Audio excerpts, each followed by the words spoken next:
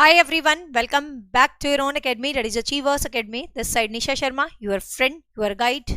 आज ये भाई फटाफट से स्टार्ट करते हैं. आज हम hashtag number second teaching aptitude MCQ series special for HPSC and KVS and also important for all exams. आज ये भाई MCQ पार्ट 2. हाँ कविता 4:30 वाली क्लास जो मैंने आपको पढ़ाई थी आज, तो तुम्हारी पसंदीदा क्लास इमोशनल इंटेलिजेंस, वो है ना, मैंने ऐप पे अभी टीम को भेजा हुआ है. वो शायद कोई दिक्कत आ रही है आज कि वो क्लास सेव नहीं हुई अब तक. और जैसे अपन ने तो क्लास खत्म होते ही 15 मिनट के बाद वो सेव हो जाती है आपके फोल्डर में, लेकिन अभी सेव नहीं हुई है. शायद ये ऐप की तरफ से कोई दिक्कत है, तो ये अभी हो जाएगा 10-15 मिनट में. अभी मैंने मैसेज डाला तो उन्होंने कहा मैम 10-15 मिनट में हो जाएगा. पता नहीं क्या कुछ सेटिंग छिड़ गई होगी भाई, अब पता नहीं चलता है टेक्निकल का. तो क्लास सेव हो जाएगी, टेंशन लेने की जरूरत नहीं तो मेरे लैपटॉप में रिकॉर्ड रखी है, मैं डाल दूंगी. ठीक है, चलो.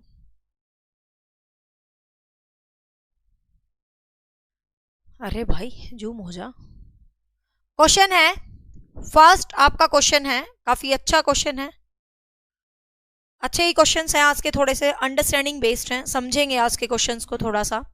देखिएगा, a diagram speaks more than 1000 word. एक डायग्राम 1000 शब्द बोलता है. क्या एक डायग्राम 1000 शब्द बोलता है? देखते हैं. ए डायग्राम स्पीक्स मतलब ये कहावत है कि एक चित्र 1000 शब्दों के बराबर है. कहने का मतलब आप डायग्राम बना के किसी चीज को समझाते हो तो वो इतना इफेक्टिव है कि जितना आप बोल बोल के 100 शब्दों में समझाओ. मतलब इसका कहने का ये मतलब है. ठीक है, हाँ जी बिल्कुल. ये क्लास HPSC और KVS प्लस DSSB जो पेपर 1 देंगे और जो भी टीचिंग एग्जाम्स हैं सबके लिए इक्वल इंपॉर्टेंस रखती है. ठीक है. The statement means that the teacher should, तो इसका मतलब क्या है? यूज डायग्राम इन टीचिंग, कि टीचर को डायग्राम्स यूज करने चाहिए टीचिंग में ढेर सारे. Speak more and more in the class, class में ज्यादा से ज्यादा बोलते रहना चाहिए. Use teaching ads in the class, कि क्लास के अंदर बहुत सारे टीचिंग एड्स को यूज करना चाहिए. या not speak too much in the class, और क्लास में बहुत ज्यादा नहीं बोलना चाहिए. अब आप खुद दिखाइए, ये लाइन एक मतलब एक स्टेटमेंट है, मतलब एक तरीके से दिखा रखी, कितनी अच्छी तरीका है क्वेश्चन को पूछने का कि एक चित्र 1000 शब्दों के बराबर है. इसका मतलब आप एक टीचिंग एड्स को यूज कर रहे हो तो वो आपकी टीचिंग को और भी ज्यादा इफेक्टिव और भी ज्यादा प्रभावशाली बना सकता है. तो आंसर रहेगा यहाँ पर 3. आपका आंसर रहेगा 3. Yes, very good. Next question पे चलते हैं. नेक्स्ट क्वेश्चन, ये ब्लर है, इनको छोड़ देते हैं.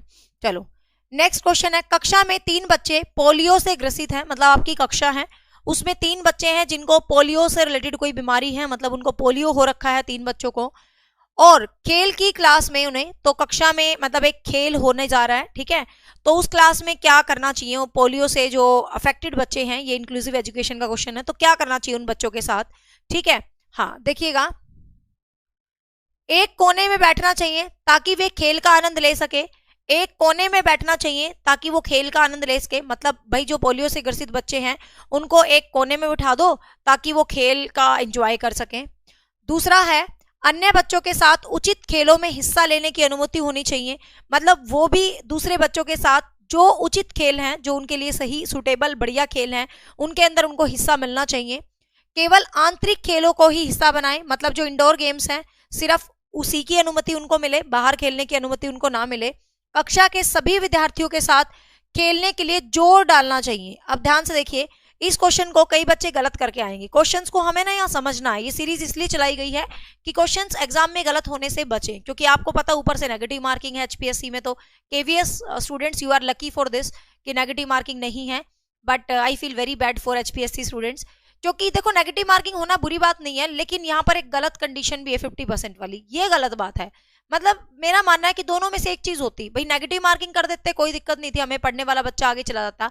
लेकिन नेगेटिव मार्किंग के साथ जो ये कंडीशन लगाई है HPSC ने, 50% का क्राइटेरिया क्लियर होना चाहिए, ये मतलब बहुत ही बेतुकी सी बात है. मतलब दोनों में से एक चीज होती, या तो 50% होता नेगेटिव मार्किंग ना होती, या नेगेटिव मार्किंग होता 50% ना होता. ये दो काम बहुत खराब है मतलब. ठीक है, तो भाई पढ़ लो, ज्यादा से ज्यादा कोशिश करो, यहाँ गलतियां करो पेपर में ना करो. तो भाई देखो, अब कुछ बच्चे ये वाला आंसर कर देंगे, कक्षा में सभी विद्यार्थियों के साथ खेलना होना चाहिए, क्योंकि हम सोचते हैं इंक्लूसिव एजुकेशन है, सभी विद्यार्थियों के साथ खेलेंगे हम। लेकिन यहाँ पर देखो, सभी विद्यार्थियों के खेलने के लिए जोर डालना चाहिए, तो जोर डालना चाहिए, ये तो वैसे भी नेगेटिव सी स्टेटमेंट लग रही है। आपको बच्चों को ये देखो कि वो पोलियो से ग्रसित हैं, तो उनके लिए कौन से खेल सही हैं, उन सभी खेलों में उनको बहुत अच्छे तरीके से मतलब ध्यान रखना चाहिए, ठीक है। तो बहुत अच्छे तरीके से उन खेलों में उनको इन्वॉल्वमेंट दी जानी चाहिए। तो आंसर रहेगा भाई बी। आंसर क्या रहेगा? बी रहेगा। नेक्स्ट क्वेश्चन है, काफी अच्छा क्वेश्चन है, क्वेश्चन नंबर 22 हम देख लेते हैं। 22 नहीं है, मैंने वो क्वेश्चन सिलेक्ट करे हैं जिनमें कुछ समझाने का बनता है। बीच के क्वेश्चंस बहुत इजी थे, मतलब ऐसे मजा नहीं आता उनको पढ़ाने में, थोड़े स्टैंडर्ड क्वेश्चंस जिनमें कुछ समझे हम। एक शिक्षक को अपने छात्रों को प्रोत्साहित करने के लिए सीखने की योजना बनाते समय क्या ध्यान रखना चाहिए? मतलब एक अध्यापक है, ठीक है, एक अध्यापक को सीखने की प्रोत्साहन करना चाहिए। मतलब एक अध्यापक है, वो आपको सीखने के लिए प्रोत्साहन करना चाहता है। सपोज मैं आपको मोटिवेट कर रही हूँ, भाई आप सीखो, कुछ सीखो, ठीक है। तो पाठ योजना की सामग्री पर छात्रों की प्रतिक्रियाएं होनी चाहिए। तो मतलब क्या होना चाहिए, वो चीज है कि क्या होना चाहिए बच्चों के साथ, देखते हैं। पाठ योजना की सामग्री पर छात्रों की प्रतिक्रियाएं होनी चाहिए, मतलब जो भी करिकुलम वगैरह बनाया जाता है तो छात्रों का इंटरेक्शन जरूर होना चाहिए। भाई जो भी आप करिकुलम तैयार कर रहे हो, कुछ भी आप कर रहे हो, तो छात्रों का इंटरेक्शन क्या होना चाहिए भाई, वहां पर जरूर होना चाहिए, ठीक है, बिल्कुल होना चाहिए। आगे देखते हैं। पाठ योजना को पहले से निर्धारित तार्किक संरचना से विकसित किया जाना चाहिए। अब मेरी बात को ध्यान से सुनो। पाठ योजना, जो यूनिट प्लान होते हैं और जो इकाई प्लान होते हैं, उनको हम पहले से निर्धारित करके रखते हैं, लेकिन लेसन प्लान हम ऑन द स्पॉट भी क्रिएट कर लेते हैं according to the needs of student, ठीक है। स्टूडेंट्स की नीड्स के हिसाब से करते हैं हम पाठ योजना को, मतलब अकॉर्डिंग टू नीड। देखिए ये क्या बोल रहा है, क्वेश्चन को समझना। एक शिक्षक को अपने छात्रों को प्रोत्साहित करना है, स्टेटमेंट को समझो। यही हम पेपर में गलती करते हैं। देखो पाठ योजना, नो डाउट ये दोनों स्टेटमेंट पाठ योजना के लिए बिल्कुल ठीक है। भाई पाठ योजना आपने पहले से निर्धारित कर रखी है, एक लॉजिकल स्ट्रक्चर्ड है, तो आप बहुत बेटर वे में बच्चों को प्रेजेंट करेंगे। लेकिन ये आपका सेल्फ मोटिव है, being a teacher this is good for you only, ठीक है, ये आपके लिए अच्छी है। लेकिन यहाँ तो आपको छात्रों को प्रोत्साहित करना है पाठ योजना बनाते हुए। तो छात्रों को कब प्रोत्साहित करेंगे? जब हम छात्रों के साथ प्रतिक्रिया करके उस पाठ योजना को बनाएंगे, ठीक है। ऐसे ही क्वेश्चंस को समझना है, यही तो घम चक्कर होता है टीचिंग एप्टीट्यूड के अंदर। यदि वो पूछता कि पाठ योजना से संबंधित कौन सी बात ठीक है, तो हम कहते भाई दोनों बात ठीक है, कोई दिक्कत नहीं है, बहुत मतलब दोनों आंसर ठीक है। लेकिन ये तो ये बोल रहा है भाई छात्रों को प्रोत्साहित करने के लिए सीखने की योजना उनके साथ आपको बनानी है, तो सीधी सी बात है involvement of students must be there. तो यहाँ पर स्टूडेंट का इन्वॉल्वमेंट बहुत ज्यादा जरूरी है। तो यहाँ पर आंसर रहेगा आपका 1, आंसर रहेगा यहाँ पर 1, ठीक है। नेक्स्ट ये क्वेश्चन थोड़ा ब्लर है बट कोई बात नहीं, देख लेते हैं। शिक्षा शास्त्र हमें सिखाने के लिए डैश बता सकता है। ये अच्छा क्वेश्चन है। जो पेडागोजी होती है, जो शिक्षा शास्त्र है, मतलब जो पेडागोजी है वो क्या बता सकती है, मतलब उससे हम क्या देखते, मतलब क्या हमें सिखाती है। टीचिंग एप्टीट्यूड, टीचिंग पेडागोजी क्या सिखाती है, ध्यान से देखिए क्या सिखाती है। वो क्या सिखाती है, किस तरह सिखाती है, कब हुआ ये काम, कैसे हुआ, ये सिखाती है। तो फटाफट बताओ क्या सिखाती है, किस तरह सिखाती है, कब, कैसे, क्यों, ये सब चीजें सिखाती है। तो आपको पता है शिक्षा शास्त्र मतलब पेडागोजी। तो what the mean of pedagogy? Pedagogy का मतलब होता है कि हाउ टू टीच, किस तरह से, कब टीच करना है, ठीक है। क्या टीच करना है नहीं होता, क्या is not included in pedagogy, क्या नहीं होता हमेशा, कैसे होता है, ठीक है। कैसे, कब, कितना टीच करना है, ये होता है। क्या ऑफिशियली रूप से इन्वॉल्व नहीं है पेडागोजी के अंदर, तो सेकंड और थर्ड ये दोनों होते हैं। तो सेकंड और थर्ड, ऑप्शन नंबर डी आपका क्या रहेगा, राइट आंसर रहेगा। ऑप्शन नंबर डी आपका क्या रहेगा, राइट आंसर रहेगा, ठीक है। नेक्स्ट है व्यक्तिगत प्रोफाइल को कैसे उपयोगी रखा जा सकता है। व्यक्तिगत मतलब आपकी पर्सनल प्रोफाइल है, आपकी व्यक्तिगत प्रोफाइल है। व्यक्तिगत मतलब पर्सनल, ठीक है, व्यक्तिगत मतलब पर्सनल। अन्नू काद्यान और भी इंग्लिश के स्टूडेंट है, कल 12 बजे हाजिर रहना। इंडियन राइटिंग का एक कंप्लीट टेस्ट होगा यूट्यूब प्लस ऐप पर साथ साथ, ठीक है, क्योंकि वहां इंडियन राइटिंग कंप्लीट हुई है आज, तो कल टेस्ट साथ ही चला देते हैं, देखती हूँ तुम भी कितना पढ़ रहे हो, ठीक है। तो कल 12 बजे इंग्लिश का हर स्टूडेंट हाजिर मिले मुझे, यूट्यूब पे भी क्लास चलेगी 12 बजे, एमसीक्यूज करवाऊंगी ढेर सारे इंडियन राइटिंग की। चलो नेक्स्ट है व्यक्तिगत प्रोफाइल को कैसे उपयोगी रखा जा रहा है, कि व्यक्तिगत जो प्रोफाइल है उसको कैसे उपयोगी रखा जा रहा है उसको देखते हैं। यह बाद में विद्यार्थियों के माता पिता को उनकी प्रगति के बारे में शिकायत करने में मदद करेगा, कि भाई तेरा बच्चा बड़ा निकम्मा है और ये शिकायत करने में आपको बहुत ज्यादा काम करेगा। क्या एक अध्यापक का कर्तव्य है माता पिता के आगे शिकायत लगाना बच्चे की? शिकायत word is not the right way. यदि ये होता कि वो आगे अब उसके माता पिता को उस बच्चे की प्रगति को देने में सहायक होगा तो हम इसको पॉजिटिव आंसर कंसीडर कर लेते, ठीक है। बट शिकायतें नहीं लगा सकते हम आजकल, है ना। एक बच्चे को एक टीचर ने बोल दिया अरे पागल है क्या तू, तो उसके पेरेंट्स आ गए, तूने मेरी बच्ची को पागल कैसे बोल दिया, तो ऐसे तुम शिकायत नहीं लगा सकते भाई, ठीक है ना। हाँ, तो मतलब आपका वन आंसर यहाँ पर नहीं हो सकता है, वन आंसर आपका यहाँ पर नहीं हो सकता है। अंश रखो इसे, इसमें कमेंट्स दिख रहे हैं मुझे। नो, उठा के ले जाना, कमेंट में यही देखती हूँ, वहां नहीं देखती। हाँ, गो, ठीक है। तो इसके बाद विद्यार्थियों में माता पिता को उनकी प्रगति के बारे में शिकायत नहीं कर सकते। यह औपचारिक और अनौपचारिक दोनों का आकलन करता है, मतलब ये फॉर्मल और इनफॉर्मल दोनों को असेस करता है। आपकी जो एक प्रोफाइल बनी है वो फॉर्मल इनफॉर्मल दोनों को असेस करता है। तो ये यहाँ पर आंसर रहेगा 2। इजी इंग्लिश लिटरेचर नोट्स, शायद आप ऐप के ऊपर क्लास को ढंग से नहीं सुनते। मैंने क्या बोला कि आज हमने वो इंडियन राइटिंग कंप्लीट करे हैं जो according to HPSC syllabus given है। सबसे पहले एचपीएससी का पेपर है ना, तो मैंने क्या बोला था कि इस महीने में 15-20 जनवरी तक सबसे पहले मैं वो राइटर्स पढ़ाऊंगी जो एचपीएससी में आ रहे हैं, और जैसे ही एचपीएससी के राइटर खत्म हो जाएंगे उसके बाद हम रिमेनिंग सारा कंटेंट लिटरेचर का पढ़ने वाले हैं। आई थिंक आप क्लास को ध्यान से नहीं सुनते हो और लिख रहे हो कि इंडियन राइटिंग तो और भी है, मुझे भी पता है बहुत सारे हैं, लेकिन पहले हम वो पढ़ रहे हैं ना जो एचपीएससी के सिलेबस में है। जिनका पेपर पास है पहले उन पे फोकस करेंगे ना। टीजीटी इंग्लिश का तो पता नहीं कब होएगा, कितनी देर में होएगा, और फरवरी तक तो मैं पूरा ही लिटरेचर खत्म करवा दूंगी। बट सबसे पहले हम 20 जनवरी तक वो करेंगे जो एचपीएससी का सिलेबस है, ठीक है ना। उसके बाद आपके सारे रिमेनिंग हो जाएंगे, इतना पढ़ा दूंगी लिटरेचर में टेंशन ना लो। हाँ, तो औपचारिक और अनौपचारिक दोनों का आकलन करता है। तो आंसर आपका यहाँ पर केवल सेकंड रहेगा, केवल सेकंड। इसका मतलब आंसर यहाँ पर रहेगा 2, ठीक है। आंसर यहाँ पर रहेगा भाई 2। क्लियर? नेक्स्ट है, निम्नलिखित में से किसको भारत में बहुभाषावाद की सकारात्मक विशेषताओं के रूप में माना जा सकता है? मतलब बहुभाषावाद का मतलब होता है मल्टी लैंग्वेज, मल्टीलिंग्वा, मल्टी लैंग्वेज। तो आपको ये बताना है कौन सी ऐसी स्टेटमेंट है जिसको मल्टी लैंग्वेज के रूप में हम कंसीडर कर सकते हैं, कौन सी ऐसी स्टेटमेंट है जिसको हम मल्टी लैंग्वेज के रूप में कंसीडर कर सकते हैं। तो वो चीज आपको देखनी है, देखते हैं। यह भारतीय समुदायों में कई भाषाओं की स्वीकृति को प्रोत्साहित करता है। भारत में बहुभाषावाद को सकारात्मक विशेषताओं के रूप में मानेंगे, मतलब कौन सी पॉजिटिव विशेषता है, ठीक है। तो कौन सी पॉजिटिव विशेषता है ये देखते हैं।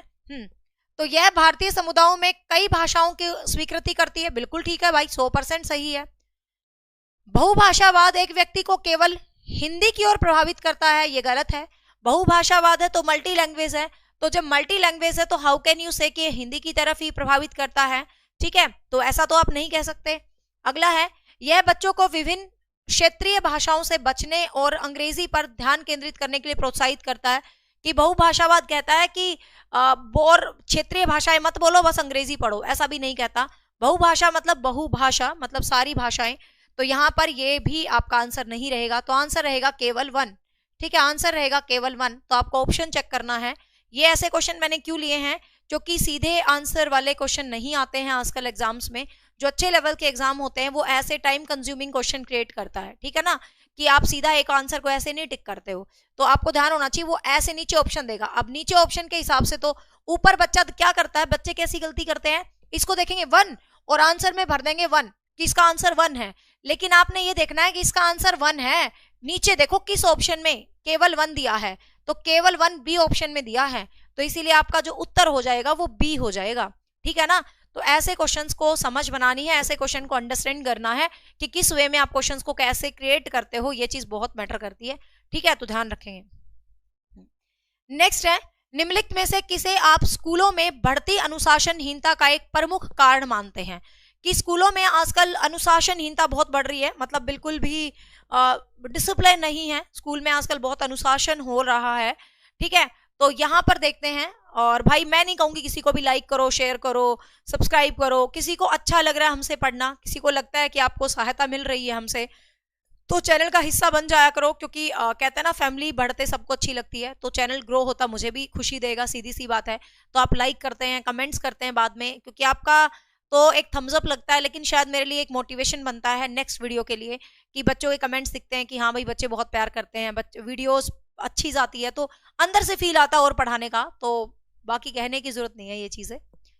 निम्नलिखित में से किसे आप स्कूलों में बढ़ती अनुशासनहीनता का एक प्रमुख कारण मानते हैं? छात्र संघों का प्रभाव, कि आजकल बहुत ज्यादा छात्र डोमिनेट हो रहे हैं, बहुत सारे छात्रों के समूह जगह जगह पर बन रहे हैं। असरदार मार्गदर्शन की कमी, एक अच्छा मतलब वो नहीं है, एक अच्छा गाइडर आपके पास नहीं है, एक सही गाइडेंस नहीं है स्कूल वालों के पास। राजनीतिक हस्तक्षेप, कि राजनीति का पॉलिटिक्स का बहुत ज्यादा आजकल इंटरफेरेंस है स्कूल में। माता पिता की दखलंदाजी, पेरेंट्स कुछ ज्यादा ही इंटरफेयर करते हैं स्कूल में। आप ध्यान से देखिएगा, ठीक है, आप ध्यान से देखिएगा यहां पर। हाँ, अब यहां पर देखिए, निम्नलिखित में से किसे आप स्कूलों में बढ़ती अनुशासनहीनता का एक प्रमुख कारण मानते हैं? कि बढ़ती अनुशासनहीनता का एक प्रमुख कारण, अब ध्यान से देखिए, वैसे तो देखो छात्र संघ का प्रभाव भी अनुशासनहीनता फैलाएगा, राजनीतिक हस्तक्षेप भी अनुशासनहीनता फैलाएगा, ठीक है, माता पिता अभिभावकों की दखल अंदाजी भी कहीं भी अनुशासनहीनता फैलाएगी। हो तो सारी ही सकती है बात, लेकिन we have to choose the best one option. आपको द बेस्ट ऑप्शन को टिक करना है। तो बेस्ट ऑप्शन क्या है देखिएगा, असरदार मार्गदर्शन की कमी। हम कहते हैं ना किसी और चीज को ब्लेम नहीं करेंगे, हम खुद को ब्लेम करेंगे कि भाई शायद हमारी गाइडेंस में ही कोई कमी रही होगी जो आपके आउटपुट में कमी आ रही है ना। तो स्कूल में अनडिसिप्लिन हो रहा है तो मतलब स्कूल को संभालने वालों में दम नहीं है ना। क्या मजाल जो एक कहते हैं ना बच्चे बहुत शोर करते हैं, बच्चे बहुत शोर करते हैं, अरे टीचर दमदार हो, ये तो तुम ऑनलाइन हो, मैं तुम्हें क्या ही कह सकती हूँ, तुम कमेंटबाजी करते रहो। ऑफलाइन क्लास में पढ़ाती थी ना, मेरे लिए एक डायलॉग प्रसिद्ध था अकेडमी में कि निशा मैडम की क्लास में तो पिन ड्रॉप साइलेंस रहती है, मतलब मेरी आवाज में सुई, मेरी क्लास ऑफलाइन में सुई गिरेगी ना तो भी आवाज आएगी। ऐसे बच्चे पढ़ते थे ऑफलाइन में, मतलब कहते हैं ना मंत्र मुग्ध हो जाते थे बच्चे, वो चीज होता था। ये तो ऑनलाइन है जो तुम चक चक चक चक चक कमेंट करते रहते हो, है ना।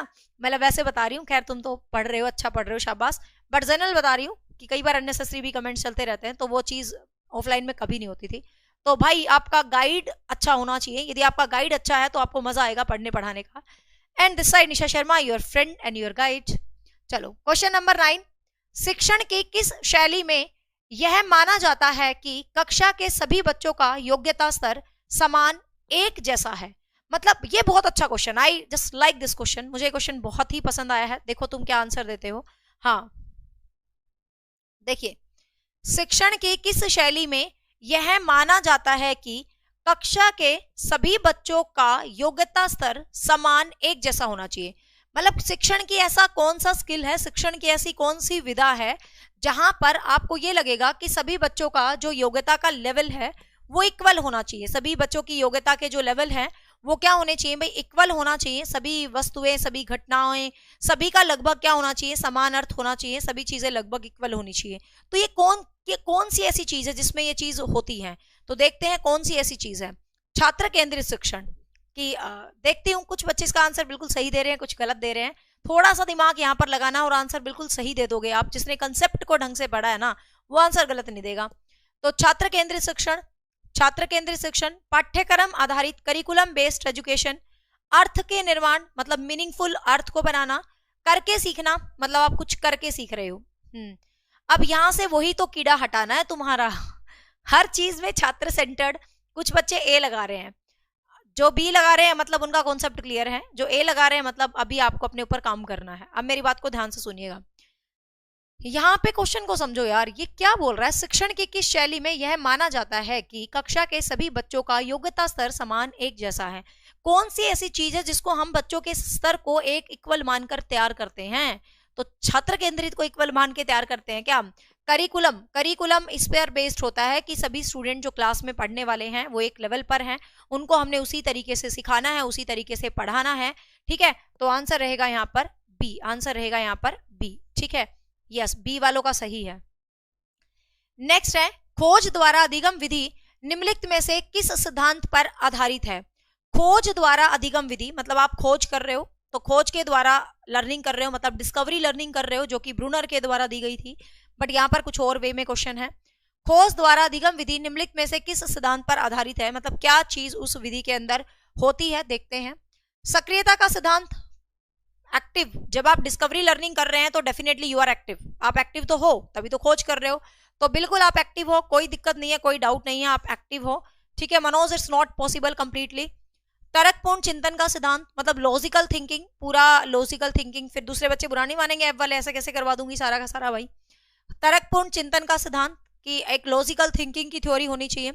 उद्देश्यपूर्ण अनुभव का सिद्धांत मतलब पर्पसफुल आपका एक्सपीरियंस होनी चाहिए, बिल्कुल होनी चाहिए।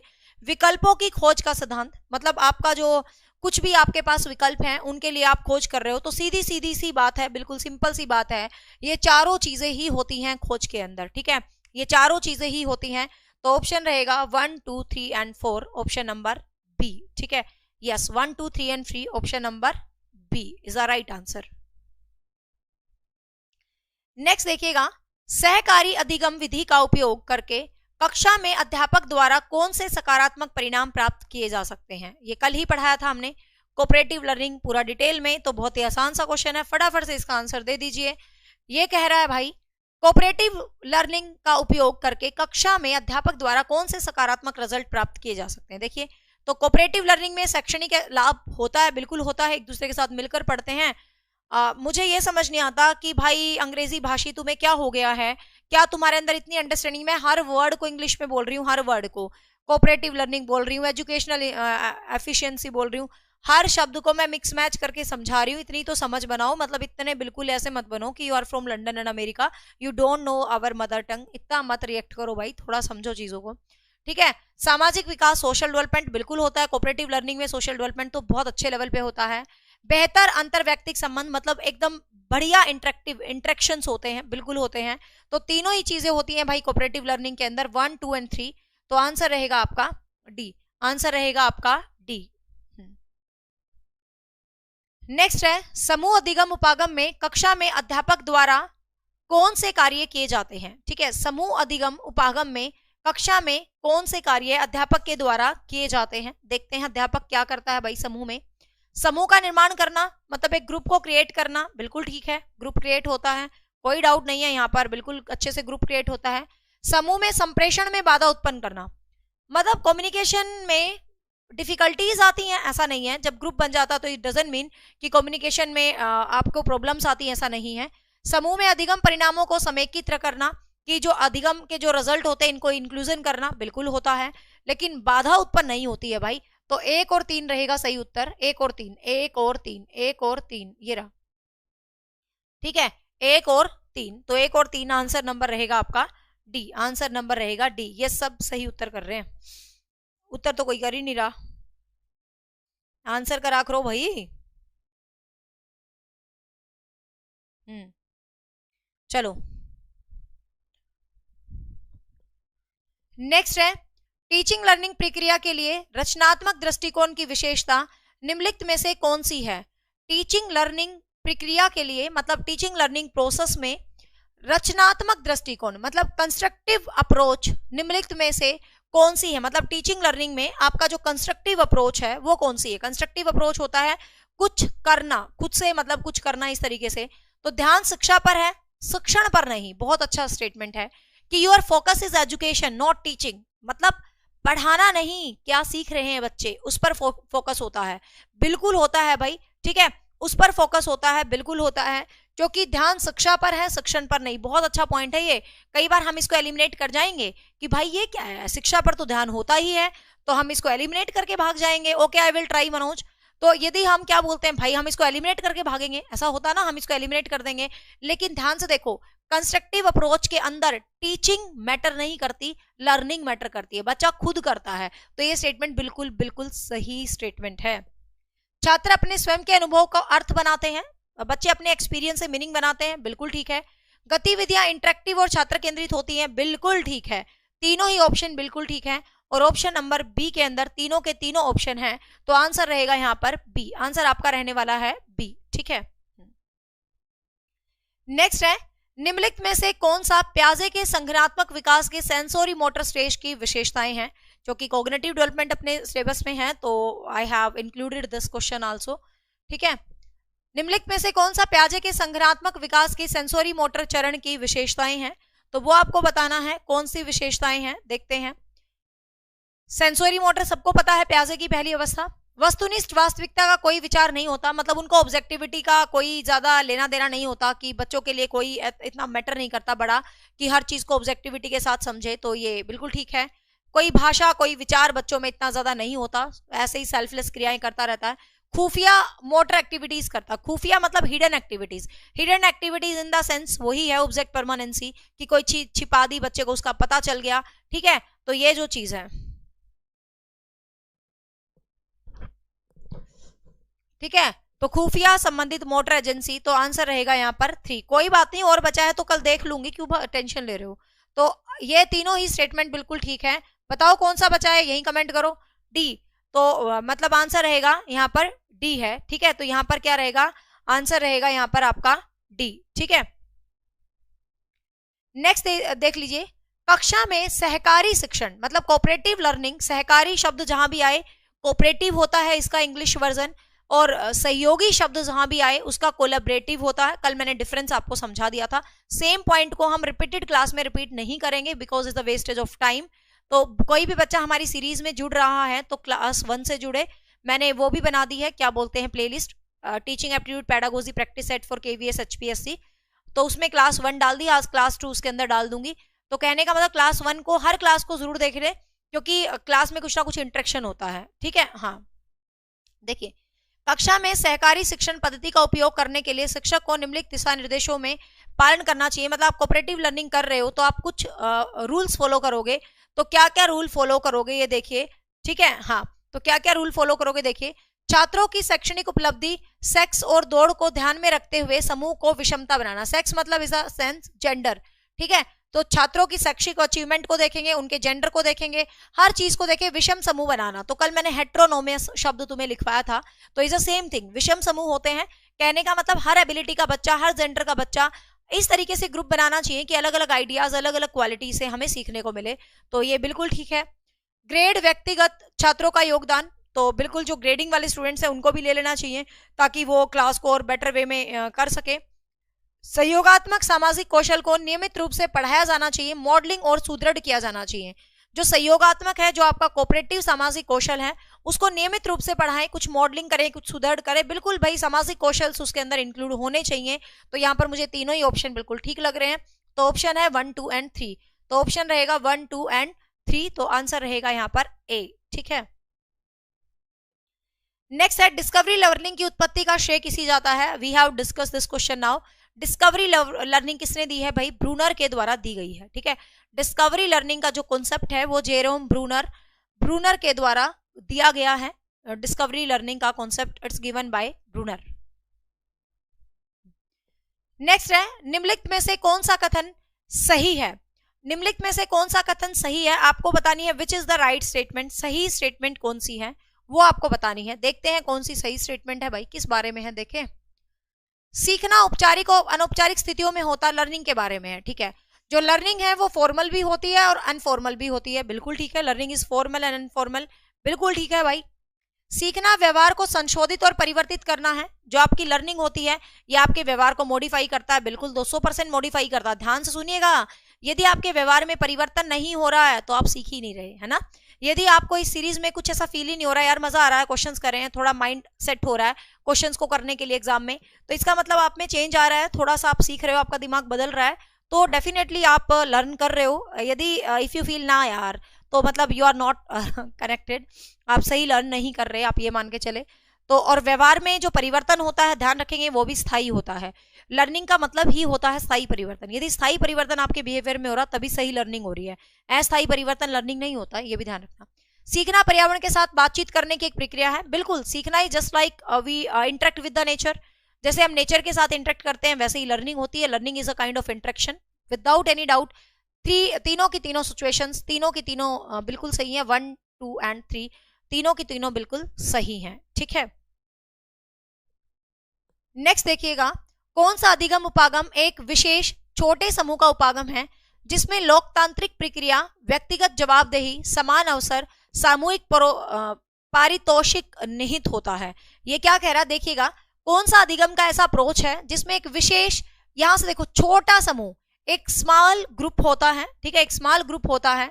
एक अधिगम उपागम मतलब लर्निंग की ऐसी कौन सी अप्रोच है जिसके अंदर एक छोटा समूह होता है। एंड डेमोक्रेटिक प्रोसेस है, मतलब डेमोक्रेटिक प्रोसेस मतलब जो प्रक्रिया है वो सब मिलके कर रहे हैं। कितना मतलब अच्छे से क्वेश्चन बनाया है ना, जिन्होंने कॉन्सेप्ट समझा है, मतलब ही नहीं है, आप गलत कर दो, ठीक है। हाँ, व्यक्तिगत जवाबदेही है, इंडिविजुअल जवाबदेही होता है। याद आ रहे हैं ना, एक एक पॉइंट पढ़ाए हुए, इंडिविजुअल जवाबदेही होती है। समान अवसर और सामूहिक परितोषिक, एक एक वर्ड मैंने तुम्हें विशेषताओं में लिखवाया था, एक एक शब्द। जब मैंने तुम्हें कोऑपरेटिव लर्निंग करवाया तो ध्यान होना चाहिए, मैंने तुम्हें एक एक शब्द लिखवाया था। सबसे पहला ये छोटे समूह में करवाई जाती है, दूसरी एक डेमोक्रेटिक प्रोसेस है, सब मिलके करता है। तीसरा पॉइंट याद रख लो, इसमें इंडिविजुअल जवाबदेही होती है। और चौथा पॉइंट, इसमें समान अवसर होते हैं, अपॉर्चुनिटी समान होती हैं।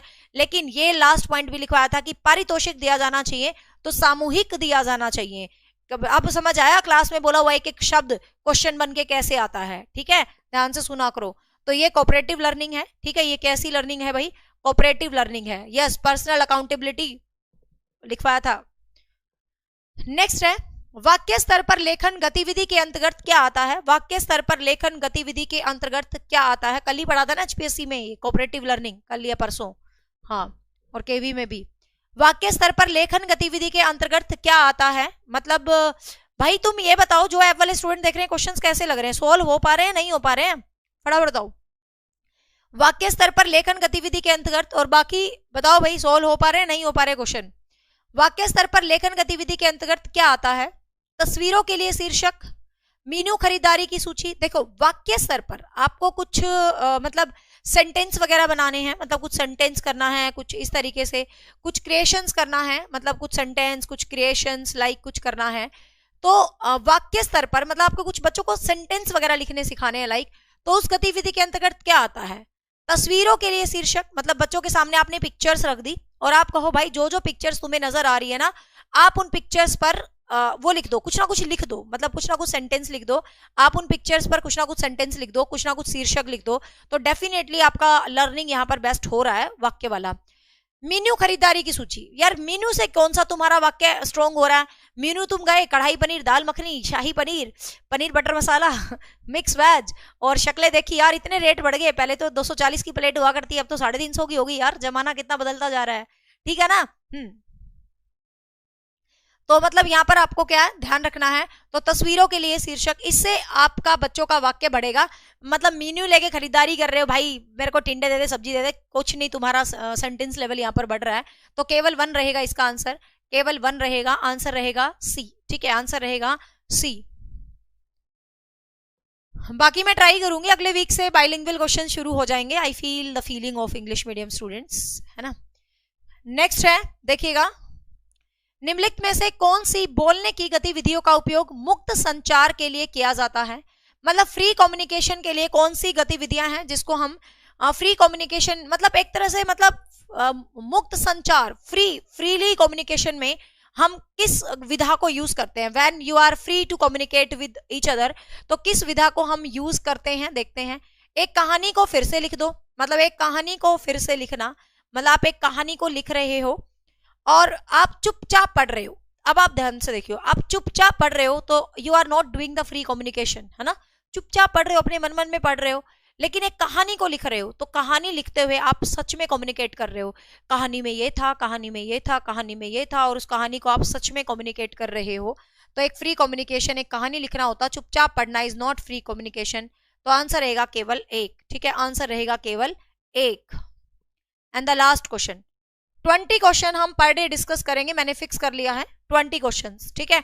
डेली हम 20 अच्छे क्वेश्चंस लाएंगे, साथ में कोशिश करूंगी बाइलिंगुअल कंटेंट करवाने की, क्योंकि थोड़ा टाइम लगता है बाइलिंगुअल, क्योंकि मैं थोड़ी एक्चुअली पहले पढ़ती रहती थी, तो मैं ज्यादा हिंदी भाषी किताबें बहुत पढ़ती थी, मेरे को शौक था, बट मैं कंटेंट जो पढ़ाती हूँ वो मिक्स मैच ही पढ़ाती हूँ, but still I will arrange the questions in English.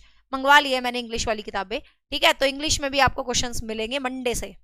चलो, मिक्स मैच लाया करूंगी, मतलब हिंदी इंग्लिश में। निम्नलिखित में से कौन सा कक्षा में बच्चों के बीच पूछताछ कौशल को बढ़ाने के लिए दिशा निर्देश है? पूछताछ कौशल का मतलब क्या होता है? पूछताछ को क्या बोलते हैं? इंक्वायरी, ठीक है। इंक्वायरी काइंड ऑफ स्किल आप बच्चों में बढ़ाना चाहते हैं कि भाई इंक्वायरी स्किल्स बच्चों में बढ़ाएंगे, तो कैसे बच्चे कैसे, मतलब पूछताछ in the sense not inquiry, is the kind of questioning, मतलब क्वेश्चन आंसर, ठीक है। तो क्वेश्चन आंसर टाइप वाला जो है इंक्वायरी, इसको हम क्वेश्चन आंसर टाइप वाली इंक्वायरी बोलेंगे, ठीक है। क्वेश्चनिंग वाली इंक्वायरी। कौशल को बढ़ाने के लिए क्या कहेंगे, सही उत्तर के साथ चर्चा रोके। ये क्या बोल रहा है भाई, देखें, निम्नलिखित में से कौन सा कक्षा में बच्चों के बीच पूछताछ कौशल बढ़ाने के लिए दिशा निर्देश है, मतलब पूछताछ कौशल को आपको बढ़ाना है, तो सही उत्तर पर चर्चा रोकें। यार आप रोकोगे चर्चा को तो बच्चे कैसे कम्युनिकेट करेंगे, बच्चे कैसे पूछताछ करेंगे, तो आप रोकोगे थोड़ी ना, तो ये आंसर तो नहीं होगा। अगला देखते हैं, डाइवर्जेंट प्रश्नों को प्रोत्साहित करें। डाइवर्जेंट आपको पता ही है, डाइवर्जेंट होता है जब आप डिफरेंट डिफरेंट वे से चीजों को समझ रहे हो और सीख रहे हो, तो डेफिनेटली डाइवर्जेंट थिंकिंग से कम्युनिकेशन आपका जो स्किल्स है वो बहुत ज्यादा अच्छे तरीके से बाहर आते हैं क्वेश्चनिंग के, तो बिल्कुल डाइवर्जेंट पर्सन होने चाहिए। मॉडल अच्छा सवाल कौशल, मतलब अच्छे अच्छे क्वेश्चंस पूछे, बिल्कुल पूछे। उत्साहजनक, मतलब एक ऐसी क्यूरियोसिटी वाली, जिज्ञासाएं वाली चीजें बच्चों से पूछे, तो डेफिनेटली यार जिज्ञासा वाली चीज बच्चों से पूछोगे तो क्वेश्चनिंग करेंगे वो फटाफट से। मॉडल अच्छा सवाल करेंगे तो वो क्वेश्चनिंग करेंगे, डाइवर्जेंट क्वेश्चनिंग करेंगे तो उनका ध्यान जरूर जाएगा। लेकिन चर्चा को रोक ही दोगे, अब मैं क्लास को रोक ही दूंगी तो क्या ही बढ़ोगे आगे, तो क्लास को रोक ही दूंगी तो क्या ही क्वेश्चन करेंगे आगे, कहानी खत्म, ठीक है। तो मतलब 1 नहीं होगा, 2, 3 और 4 होगा, तो 2, 3 और 4 सी ऑप्शन में है, 2, 3 और 4 सी ऑप्शन में है, तो आंसर रहेगा सी, आंसर रहेगा सी, ठीक है।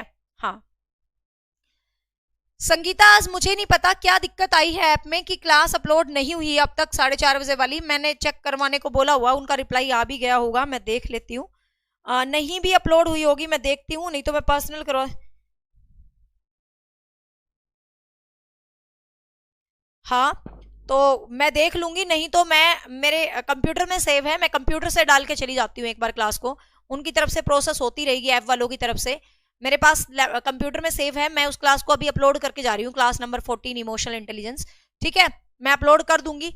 पर मैंने भी अभी देखा ऐप में नहीं आई, और आपको पता है हर रोज क्लास सिर्फ 15 मिनट के बाद आ जाती है, तो कुछ गड़बड़ हुआ है आज पीछे से टेक्नोलॉजी में, ठीक है भाई। तो आज के लिए इतना ही काफी है, टेक केयर, मिलते हैं कल 8:30 बजे। क्लासेस अपनी मैं फिक्स बोल देती हूँ, मंडे टू फ्राइडे रहने वाली हैं live class, Saturday Sunday, Saturday को सिर्फ रिकॉर्डेड सेशंस आएंगे, और संडे को हम करा करेंगे दोबारा से संडे चिट चैट, जिसमें आपके खूब सारे क्वेश्चंस होंगे और मेरे आंसर्स होंगे, ठीक है भाई। जो बच्चे पहली बार हमारे चैनल से जुड़े हैं, मैं बता दूं हमारा चैनल डेडिकेटेड है टीचिंग एग्जाम्स को, किसी भी स्टेट के किसी भी टीचिंग एग्जाम की आप तैयारी कर रहे हो तो हमसे जुड़ सकते हैं। बाकी टीचिंग एप्टीट्यूड का लाइव बैच चल रहा है 4:30 से 6 बजे तक, केवीएस और एचपीएससी दोनों बैचेस में, और बाकी all batches avail on achievers academy app, और यूट्यूब पर बहुत सारी क्लासेस हैं पहले भी, और रेगुलर 2 सेशंस में लेती रहूंगी, 1 of English literature and second is teaching aptitude, ठीक है। हाँ ठंड है इसलिए क्लास को ठंड लगी, अपलोड नहीं हुई, मैं भी चेक करके मैं ना कंप्यूटर वाली क्लास अपलोड कर देती हूँ, क्योंकि आज की क्लास तो वैसे भी इतनी मजेदार थी यार, वो कैसे मिस हो गई, ठीक है। अभी करते हैं, okay bye bye.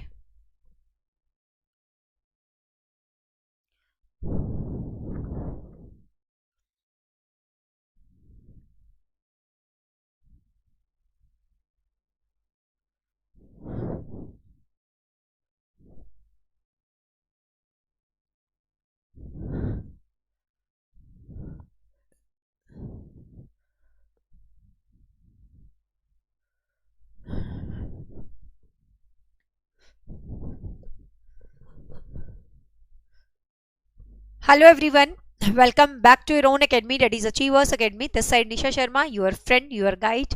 Hope you all are fine. So guys, हम अपना 8:30 बजे सीरीज कर रहे हैं टीचिंग एप्टीट्यूड एंड पेडागोजी, जो कि रिलेटेड है आपके DEET+B, KVS, HPSC, Haryana screening, और कोई भी टेट एग्जाम्स XYZ, जो भी टेट एग्जाम्स होते हैं, ये जो है आपकी क्लास सबके लिए इक्वल इंपॉर्टेंस रखती है। तो now we are going to discuss hashtag video number 3। इससे पहले 2 वीडियो है, प्लेलिस्ट मैंने बना दी है, teaching aptitude practice set something. तो आज की क्लास में हम कुछ स्पेशल क्वेश्चन डिस्कस करने जा रहे हैं, जो है कम्युनिकेशन चैप्टर से, संप्रेषण चैप्टर से। ये चैप्टर बहुत ज्यादा इंपॉर्टेंट है, आपको पता है HPSC में तो बिल्कुल स्पेशल इस चैप्टर को लिखा है, और हर एक टीचिंग एग्जाम में जरूर आता है, KV, DSSB हर जगह। तो कर लेते हैं स्टार्ट। देखिए कम्युनिकेशन आपको पता ही है, संप्रेषण होता है, डिटेल चैप्टर्स में यहाँ पर नहीं पढ़ा रही, हम MCQ सीरीज कर रहे हैं, और ये आपकी एक प्रैक्टिस करवा रही हूँ मैं, एक तरह से कंप्लीट करवाती रहूंगी टिल एग्जाम, बहुत सारे टीचिंग एप्टीट्यूड के क्वेश्चंस आपके हो जाएंगे। तो इस प्रैक्टिस सीरीज में आपको बहुत सारे कॉन्सेप्ट क्लियर होंगे, क्वेश्चंस करने का तरीका और सब कुछ। देखिए फर्स्ट क्वेश्चन है कम्युनिकेशन, आपको पता है मीन ऑफ कम्युनिकेशन, बात करने का तरीका, जिसमें एक सेंडर होता है और एक रिसीवर होता है मेनली। यदि बेसिक रूप से करें, वैसे बहुत बड़ा चैप्टर है, बेसिक बात करें तो एक सेंडर है, मैं हूं, और एक आप रिसीवर हैं। ठीक है, आप मेरे बातों को रिसीव करते हैं किसी चैनल के थ्रू, जैसे अब चैनल है इंटरनेट मीडिया, जिससे आप मेरी बात को क्या कर रहे हैं, रिसीव कर रहे हैं। ठीक है, फर्स्ट क्वेश्चन है, मेरी तबीयत थोड़ी डाउन है, कल भी बच्चों ने घुमा दिया न्यू ईयर करके, पहले ही जुकाम था और ज्यादा हो गया, तो मेरी वॉइस को थोड़ा इग्नोर करना, but what I am going to teach you it's important.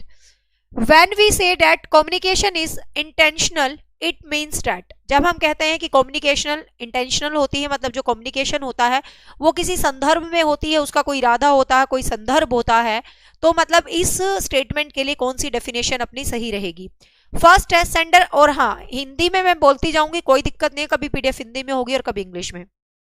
Sender consciously intend that affect the behaviour of receiver of the message. Next, मतलब जो सेंडर होता है वो जो रिसीवर होता है उसका बिहेवियर जरूर इंपैक्ट होता है उसे।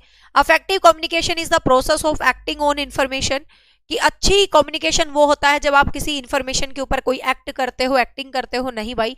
Through speech communication people make sense of the word, कि मतलब स्पीच के थ्रू ही हम संसार में एक सेंस क्रिएट करते हैं अपनी, या नन ऑफ अबोव। अब ध्यान से देखिएगा, मेन जो सही जा रहा है कि आपको पता कम्युनिकेशन का मीन ही क्या होता है, कि सेंडर ने कॉन्शियसली, उसका इंटेंशन ये होता है कि वो रिसीवर के बिहेवियर को इम्पैक्ट करे। यदि मैं आपको पढ़ा रही हूँ, मैं आपको कुछ समझा रही हूँ, तो I am sender now and my main purpose is to change your behaviour, my main purpose is to make you understand, कि जब तक आपको पता है कि सेंडर जब तक बेस्ट नहीं होता है, जब तक रिसीवर उसको चीजों को एक्सेप्ट ना कर ले अच्छे तरीके से, ठीक है, तो रिसीवर का एक्सेप्ट करना बहुत ज्यादा जरूरी होता है। तो आंसर रहेगा 1, आपको आंसर रहेगा 1। नेक्स्ट है communication is the transfer and understanding of, जो कम्युनिकेशन है वो ट्रांसफर होता है और अंडरस्टैंडिंग होता है किसका, वो आइडियाज का, मीनिंग का, कॉन्सेप्ट का, या वर्ड्स का। कि कम्युनिकेशन है उसमें आइडियाज को ट्रांसफर किया जाता है, उसमें शब्दों को ट्रांसफर किया जाता है, उसमें मीनिंग को ट्रांसफर किया जाता है, या उसमें शब्दों को ट्रांसफर किया जाता है। अब बहुत सारे बच्चे कहेंगे इसका आंसर फटाफट दो, क्या दोगे। कुछ लोग कहेंगे कि मैम आइडियाज, जैसे सबका आंसर आ चुका है ए, यही तो मुझे देखना था। देखो ध्यान से, हम कहते हैं कम्युनिकेशन में हम आइडियाज को ट्रांसफर करते हैं, ठीक है, जरूरी है हमेशा आइडियाज ही ट्रांसफर हो, हमेशा आपके पास कोई ना कोई आइडिया रहेगा, आइडिया दिमाग में आ गया, ऐसा है क्या, हर वक्त आपके पास कोई आइडिया रहेगा क्या जिसको आप ट्रांसफर करोगे, ना। कभी आप किसी बात को ट्रांसफर करोगे, कभी किसी आइडिया को ट्रांसफर करोगे, कभी किसी फीलिंग को ट्रांसफर करोगे, कभी कोई मैसेज ट्रांसफर करोगे, और ये हर चीज क्या कहलाती है, ये हर चीज कहलाती है कॉन्सेप्ट। मतलब कहीं ना कहीं कम्युनिकेशन के अंदर आप किसी कॉन्सेप्ट को ट्रांसफर करेंगे, ठीक है ना। तो आंसर रहेगा कॉन्सेप्ट, आंसर रहेगा बी। नेक्स्ट है विच ऑफ द फॉलोइंग, ये जो सीरीज भी आप देखते रहोगे ना टिल एग्जाम, यकीन मानिए बहुत सारे क्वेश्चंस आपको एज इट इज मिल जाएंगे टीचिंग एप्टीट्यूड में, ठीक है। नेक्स्ट है which of the following can be termed as the context of communication, communication के कंटेक्स्ट में हम किस टर्म को मतलब समझते हैं, आपको सही टर्म बतानी है कि कौन सी है कम्युनिकेशन के कंटेक्स्ट में, ठीक है। And interference with the message reception, कि मेरे को मैसेज रिसिप्ट हुआ है उसके साथ मेरी इंटरफेरेंस। अफेक्टिव कम्युनिकेशन, एक बहुत अफेक्टिव वे में communication. Verbal and non verbal responses to message, कि मेरा जो भी मैसेज है उसके लिए मेरा verbal and non verbal response. A physical and psychological environment for the conversation. देखिए following can be termed as the context, कि हम कोई भी कंटेक्स्ट बनाएंगे कम्युनिकेशन के लिए, कोई भी संदर्भ, कोई भी चीज हम कम्युनिकेशन के लिए क्रिएट कर रहे हैं, ठीक है, तो उसके अंदर क्या करेंगे, हम कोई ना कोई एनवायरनमेंट बनाएंगे, फिजिकल एंड साइकोलॉजिकल एनवायरनमेंट, क्योंकि आपको पता है फिजिकल और साइकोलॉजिकल एनवायरनमेंट बनके हम अपनी कम्युनिकेशन को बेटर वे में रिप्रेजेंट कर सकते हैं। तो आंसर रहेगा यहाँ पर डी, आंसर रहेगा डी। हिंदी में बोल दूंगी मैं, हिंदी मीडियम वाले बिल्कुल भी टेंशन ना लें, ठीक है, हिंदी में मैं बोल दूंगी साथ में। देखिए which of the following is Berlo's linear मतलब मॉडल कम्युनिकेशन, ये समझ लेते हैं क्या है। कम्युनिकेशन के कुछ मॉडल्स हैं, ठीक है, कम्युनिकेशन के कुछ मॉडल्स हैं, उनमें एक मॉडल है जिसका नाम है लीनियर मॉडल, जिसको हिंदी में बोलते हैं रैखिक या रेखीय। रेखीय मॉडल, रेखीय मॉडल में क्या होता है कि एक सेंडर होता है और वो एक बंदे को अपनी इंफॉर्मेशन को रिसीव करवाता है। तो उसके अंदर बहुत सारे बंदों ने मॉडल्स प्रेजेंट करे हैं कि भाई अरिस्टोटल ने कहा, शेरन वॉरेन ने कहा, सबने अलग अलग मॉडल्स प्रेजेंट किए हैं, ठीक है। तो ऐसे में एक बैरलो नाम का बंदा है, उसने भी एक मॉडल प्रस्तुत किया है। तो क्वेश्चन है उसका मॉडल क्या था। तो वो अपने मॉडल में बोलता है कि सबसे पहले एक सोर्स होता है, ठीक है, सबसे पहले बंदे के पास एक सोर्स होता है। सोर्स मतलब एक काइंड ऑफ सेंडर पर्सन है, उसके पास एक मैसेज है, एक सोर्स है, मतलब एक सोर्स मतलब एक तरह से सेंडर, ठीक है, लेकिन वो शब्द देता है सोर्स। फिर वो कहता है उस सोर्स के पास एक मैसेज रहता है हमेशा, उस सोर्स के पास एक मैसेज रहता है हमेशा, और उस मैसेज को वो किसी चैनल के थ्रू रिसीवर को भेजता है, ठीक है। उस मैसेज को किसी चैनल के थ्रू वो रिसीवर को क्या करता है भाई, भेजता है, ठीक है। तो इसका मतलब क्या है, SMCR, ठीक है, मतलब वो एक सीक्वेंस बताता है। जब हम इनको डिटेल से पढ़ते हैं मॉडल्स को तो बैरलो एक सीक्वेंस बताता है, ठीक है। तो ये सीक्वेंस हुई SMCR, राइट आंसर रहेगा। रिसीव मतलब ये एक कम्युनिकेशन का एक प्रोसेस है कि आप एक सेंडर हैं, आपके पास एक मैसेज होता है, ठीक है, आपके पास एक मैसेज होता है, फिर आप उस मैसेज को किसी चैनल के तहत, जैसे कि मेरे पास एक मैसेज है, मैं किसी चैनल, जैसे ये सोशल मीडिया प्लेटफॉर्म है, किसी चैनल के तहत रिसीवर को भेजती हूँ, ठीक है। रिसीवर मैसेज को रिसीव करने से पहले उसको डिकोड करता है, ध्यान रखेंगे, मैसेज को रिसीव करने से पहले डिकोड करेगा, और जो सेंडर है वो पहले मैसेज को क्या करेगा, एनकोड करेगा। ये चीज ध्यान रखना। एनकोड मतलब सपोज मेरे पास कुछ बात है आपको कहने के लिए, तो मैं अपनी बात को एनालिसिस करती हूँ कि मेरी बात ऐसी है, मुझे ये करना है, मुझे ये करना है, तो मैं आपकी बात को, मेरी बात को एनालिसिस करती हूँ। तो जब हम अपनी बात को एनालिसिस करते हैं तो इस चीज को हम क्या बोलते हैं, इस चीज को हम क्या बोलते हैं, एनालिसिस करते हैं, एनकोडिंग बोलते हैं, ठीक है। लेकिन जब वो रिसीवर के पास पहुंचती है, सपोज मैंने आपको मैसेज दिया, तो आप उस मैसेज को पहले देखते हो, फिर उसको रिसीव करते हो, ठीक है, तो आप पहले उसकी डिकोडिंग करते हो। ध्यान रखना, रिसीवर से पहले डिकोडिंग होती है और सेंडर के बाद एनकोडिंग होती है, ठीक है, तो ध्यान रखेंगे ये चीज। तो आंसर रहेगा बी। और भाई मेरी आवाज को सीरियसली इग्नोर करना आज। नेक्स्ट है, who among the following has stated, किसी ने ये स्टेटमेंट दी थी, क्या स्टेटमेंट दी थी देखते हैं, ठीक है। अरे भाई कभी तो अंग्रेजी मीडियम में पढ़ाने दिया करो, रोज अंग्रेजी वाले कहते हैं मैडम हमारे लिए भी क्वेश्चन लाओ। आप है ना, मेरी बात सुनो, आप इस लेवल पे नहीं है, अंग्रेजी हिंदी आपके लिए मैटर नहीं करनी चाहिए। ये तो ना बेवकूफों वाली बात होती है, अंग्रेजी में क्वेश्चन है, हिंदी में क्वेश्चन है। जो पढ़ने वाला बच्चा है ना, कसम से बता रही हूँ ना, उसके लिए अंग्रेजी मैटर करती, ना उसके लिए हिंदी मैटर करती, उसके लिए मैटर करता है वो कंटेंट, वो बात जो मैम समझा रही है, ठीक है। मैं जब हिंदी में क्वेश्चन लाती हूँ तो अंग्रेजी में समझा देती हूँ, जब मैं अंग्रेजी में क्वेश्चन लिखे हैं तो मैं उसको हिंदी में बोलती हूँ। तो मुझे लगता है इस चीज से दूर हो जाओ, तुम्हें नौकरी लेनी है, हिंदी अंग्रेजी क्या है यार, कुछ नहीं है। भाषा मैटर नहीं करती, मैटर करती है उस भाषा के अंदर की भावनाएं, ठीक है। देखो, who among the following has stated the people know that each other of themselves only through the communication. किसने ये बोला है, मैं हिंदी में बोल तो रही हूँ इस क्वेश्चन को, किसने ये बोला है कि पीपल नो ईच अदर, कि जो लोग हैं वो एक दूसरे को जानते हैं ओनली थ्रू द कम्युनिकेशन, मतलब किस बंदे ने ये बोला है कि लोग एक दूसरे को सिर्फ कम्युनिकेशन के थ्रू जानते हैं। There is a no shortcut, ये स्टेटमेंट है, तो you have to learn this statement as it is. और ये स्टेटमेंट किसने बोली है भाई, जॉर्ज हर्बर्ट मीड ने बोली है, ठीक है। स्टेटमेंट्स का कोई शॉर्टकट नहीं होता, तो आपको एज इट इज याद रखनी है। तो यहाँ आपको याद रखना है कि यहाँ पर क्या है, जॉर्ज हर्बर्ट, आंसर रहेगा ए। अरे मैं तो ठीक थी, थोड़ा सा जुकाम था, ये मेरी औलाद मानती नहीं, कल बाहर लेगी और ठंड ज्यादा लग गई। चलो नेक्स्ट है, the ability to communicate effectively. Ability to communicate effectively, कि आपको अच्छे ढंग से मतलब कम्युनिकेट करने की जो एबिलिटी है वो क्या है देखते हैं। Depends on the education level, कि ये सिर्फ आपके शिक्षा के लेवल पर डिपेंड करती है, आप अच्छा कम्युनिकेशन आपको करना आता है।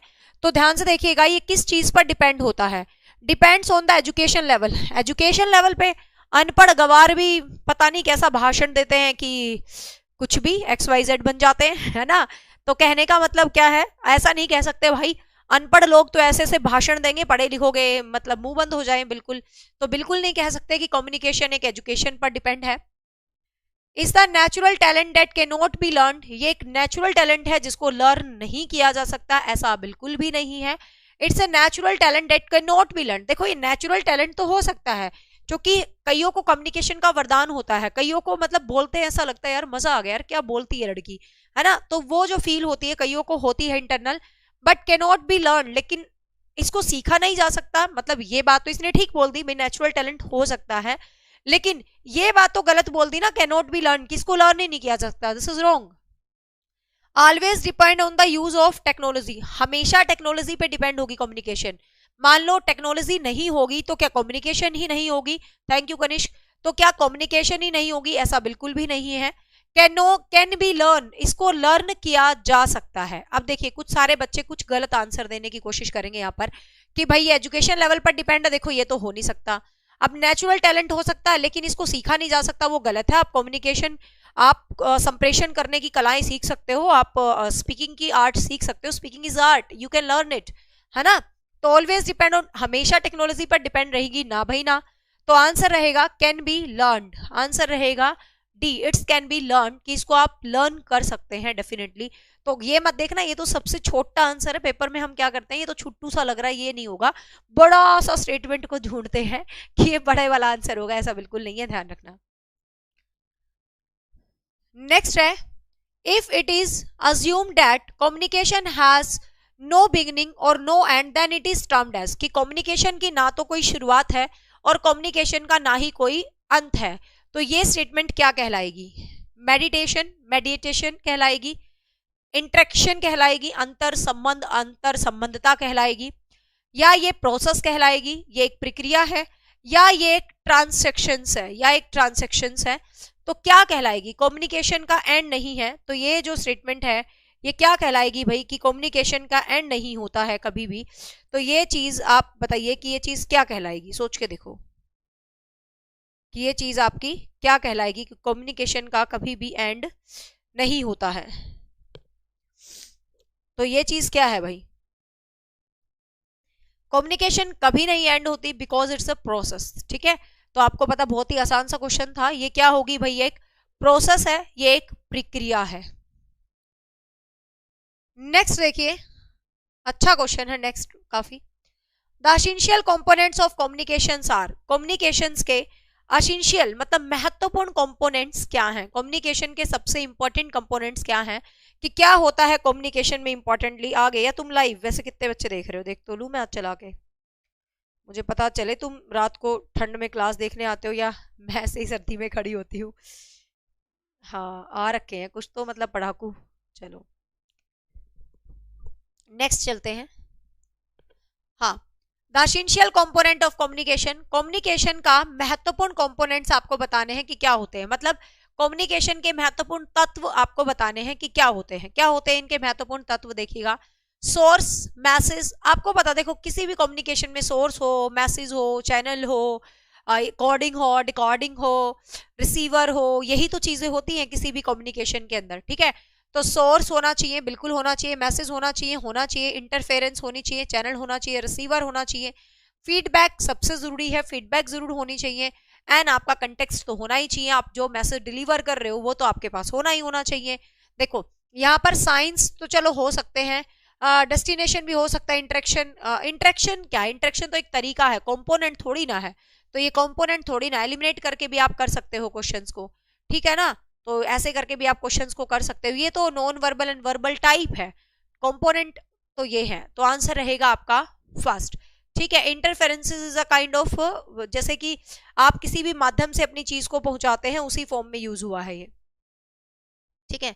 इंटर रेफरेंसेस है ये, मतलब एक तरह से जो आप मतलब एक दूसरे के साथ को रिलेट करके इंटरफेरेंस जो रेफरेंसेस टाइप में देते हो, ये उस सेंस में यूज हुआ है। नेक्स्ट है,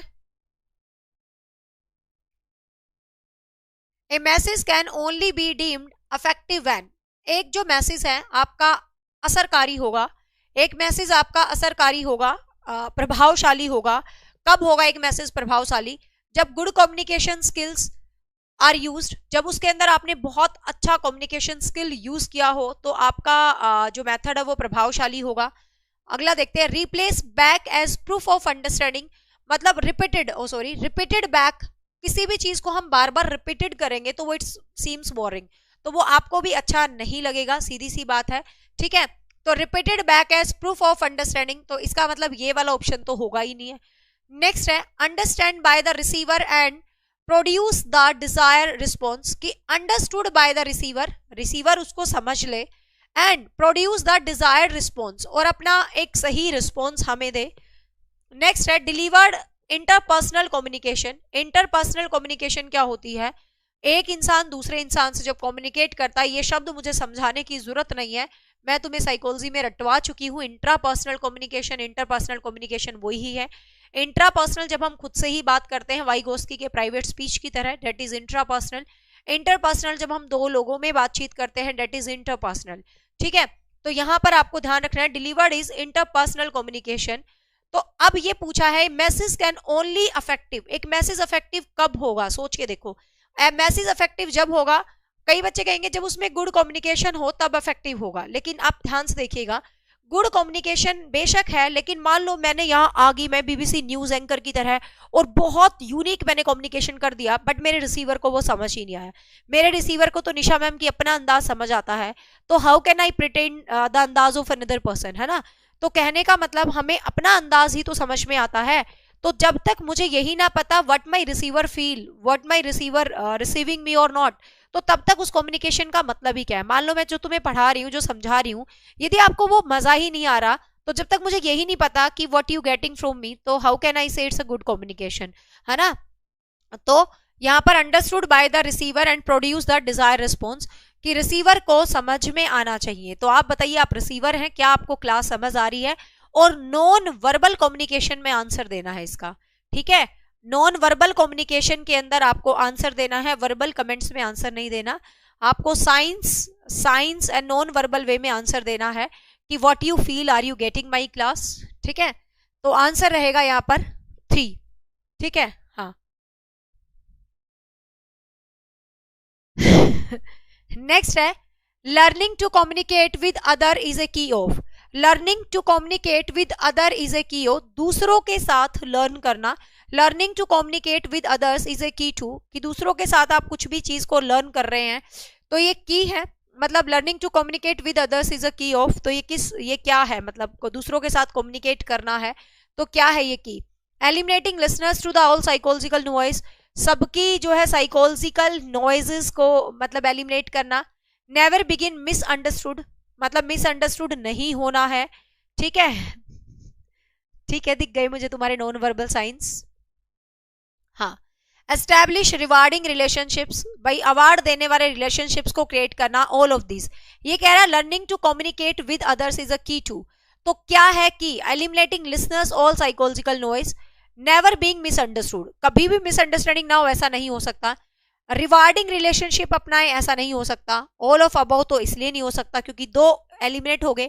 यदि आपके ऑप्शंस में से एक ऑप्शन भी एलिमिनेट हो जाता है, तो ध्यान रखना कभी भी आपका आंसर ऑल ऑफ अबव नहीं होगा। यदि एक ऑप्शन एलिमिनेट हो जाता है तो आपका आंसर कभी भी ऑल ऑफ दीज नहीं होगा, ठीक है? तो eliminating listening all psychological noises, तो यहां पर आपका आंसर रहेगा 1, ठीक है? यहां पर आपका आंसर रहेगा 1। अरे बीइंग मिसअंडरस्टूड होना कौन सी की हो गया? बी एलिमिनेट होगी। ज्योति आहूजा, ये राज ही रहने दो कि मेरा कौन सा सब्जेक्ट है, ये राज की बात है, ये राज ही रहने दो कि मेरा अपना सब्जेक्ट कौन सा है। नेक्स्ट है during the communication process the message is converted a symbolic form is called. During the communication process के दौरान एक मैसेज कन्वर्ट किया जाता है सिंबॉलिक फॉर्म में। ध्यान से सुनो, during the communication process the message is converted, message को कन्वर्ट किया जाता है सिंबॉलिक फॉर्म में, तो वो क्या कहलाता है? जब आप मैसेज को कन्वर्ट करते हो सिंबॉलिक फॉर्म में, तो वो क्या कहलाता है? सोचो वो क्या कहलाता है? मैसेज को कन्वर्ट किया जा रहा है, तो मैंने आपको बताया था सेंडर ही तो मैसेज को कन्वर्ट करता है। तो सेंडर जब मैसेज को कन्वर्ट करता है तो वो एनकोडिंग कहलाती है। रिसीवर जब मैसेज को लेता है तो वो डिकोडिंग कहलाता है। अब आप कहोगे मैडम हमें क्या पता, यहाँ पर रिसीवर भी तो मैसेज को एनकोड कर सकता है, लेकिन नहीं। जब during the communication process the message, जब कम्युनिकेशन प्रोसेस में मैसेज की शुरुआत है तो वह एनकोडिंग से ही मानी जाएगी, ठीक है? डिकोडिंग से नहीं मानी जाएगी। तो आंसर रहेगा यहाँ पर एनकोडिंग, आंसर रहेगा बी। यस, शाबाश, you all are very intelligent. Next है one's own description as a person is, one's own description as a person is, मैं एक इंसान हूं, मेरी अपने अपने लिए कुछ राय है, तो वो क्या कहलाएगी? तो वो क्या कहलाएगी देखते हैं। वो क्या कहलाएगी? सेल्फ कॉन्सेप्ट कहलाएगी, कि मेरा अपना कॉन्सेप्ट है, मतलब सेल्फ कॉन्सेप्ट कहलाएगी। ठीक है, सेल्फ परसेप्शन कहलाएगी, सेल्फ कॉन्सेप्ट कहलाएगी। सेल्फ, आज है ना अंधेरा इसलिए है क्योंकि लाइट नहीं है, पता नहीं गर्मियों में लाइट कटा करती है, आजकल सर्दियों में भी कटने लगी। फिर मुझे लगा कि मैं ये नहीं कहूंगी कि लाइट नहीं है और मैं पढ़ाऊंगी नहीं तो इन्वर्टर पे जब पढ़ाती हूँ तो एक्स्ट्रा लाइट्स बंद रखती हूँ, तो इसलिए ब्लैक ब्लैक दिख रहा है आपको, क्योंकि मुझे कभी फर्क नहीं पड़ता कि मैं कैसी दिख रही हूँ, मुझे सिर्फ ये फर्क पड़ता है कि बोर्ड कैसा दिख रहा है और तुम्हें क्वेश्चन कैसे समझ आ रहे हैं, चाहे सारी लाइट बंद हो जाए। देखो, once own description as a person is, तो एक बंदे की जब अपनी पास होती है डिस्क्रिप्शन, तो इसको हम बोलते हैं self concept, self perception, self awareness या सेल्फ रेस्पेक्ट। देखिए अब यहां ध्यान से देखो, वन ओन डिस्क्रिप्शन शब्द को देखो, वंस ओन डिस्क्रिप्शन, आप अपनी डिस्क्रिप्शन दे रहे हो किसी को, ठीक है, आप अपने बारे में किसी को बता रहे हो कि I am describing my self, तो आप अपने बारे में किसी को बता रहे हो। तो सेल्फ परसेप्शन का मतलब पता क्या होता है? आप अपने लिए क्या धारणा रखते हो, वो होता है सेल्फ परसेप्शन। खुद के लिए ही सोचना, वो होता है मेरा परसेप्शन मेरे लिए। ठीक है, अवेयरनेस, मैं अपने लिए कितना जागरूक हूं। सेल्फ रेस्पेक्ट, मेरे में कितना स्वाभिमान है। लेकिन when I describe my self, मैं किसी को अपने आप को डिस्क्राइब कर रही हूं, तो मैं अपना कॉन्सेप्ट बता रही हूँ कि व्हाट आई एम। ठीक है, तो यहां पर सेल्फ कॉन्सेप्ट आएगा, सेल्फ परसेप्शन नहीं आएगा। परसेप्शन तब आता है जब मेरी अपने लिए कुछ धारणा है स्पेसिफिक, मैं वो परसेप्शन किसी परसेप्शन होता है किसी स्पेसिफिक चीज को लेके। ठीक है, तो यहां पर तो आपने अपना डिस्क्रिप्शन देना है, तो आप अपना मतलब what you think, what your concept of life, whatever, तो वन रहेगा आंसर। नेक्स्ट है, which of the following term describe the communication between two people that involve sending and receiving the message. यहां अच्छा question है, ये बहुत अच्छा question है, ध्यान से इस क्वेश्चन का आंसर देखेंगे। आपको बताना है यहां पर जो आंसर है कि दो पर्सन है, ठीक है, which of the following term, एक टर्म है, एक टर्म बतानी है आपको, describe the communication between the two people that involves sending and receiving message. आपको वो परसेप्शन बतानी है कि क्या जो परसेप्शन है जो रिसीविंग और सेंडर के बीच होता है, तो वो डिकोडिंग होगा, वो एनकोडिंग होगा, वो ट्रांसैक्शंस होगा, या वो डाइडिक होगा, तो आपको ये बताना है। अब देखिए ये क्वेश्चन है, कुछ बच्चे यहाँ पर जरूर गलत करेंगे, जरूर गलत करेंगे, क्यों करेंगे मैं बताती हूँ इसके पीछे रीजन। फटाफट अपना आंसर दो, then I will tell you the answer.